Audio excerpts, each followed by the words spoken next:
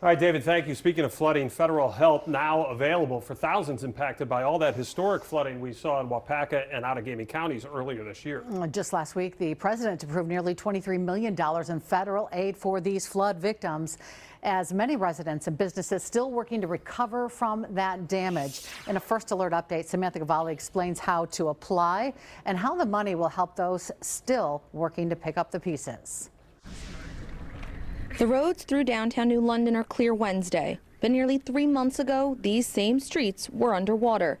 At F&S Grocery and Liquor, photos showed just how high the water rose. So the basement was pretty full, and I can barely step on probably maybe the next step on the stairs. The flooding forced the business to close for about 2 weeks. For manager Fritz Jean and his wife, it was a major setback, coming just 1 year after opening their store. It's pretty hard for us, and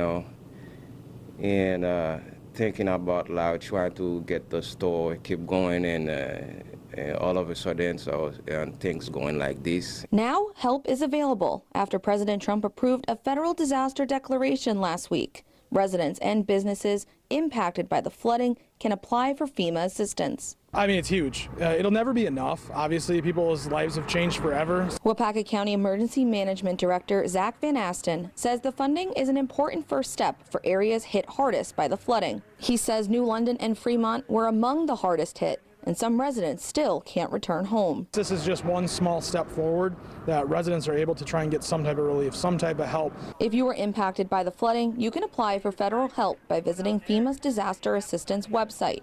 Residents applying should be prepared to provide details about the damage, insurance, and any expenses connected to the flooding. We can't stress enough, document everything. If you didn't document it, it didn't happen. So make sure that you keep your receipts, take pictures, have all that information. They're going to want all that. For Gene, he says the support from the New London community is what helped his business push through. Even though sometimes they don't have to know you, if you are doing something, they're here to support, so no matter what. The FEMA Disaster Assistance Portal will be open through the month of August, with an in-person disaster relief center to be open sometime next week in the city of New London to answer any in-person questions you may have. Reporting in the city of New London, Samantha Cavalli, Action 2 News.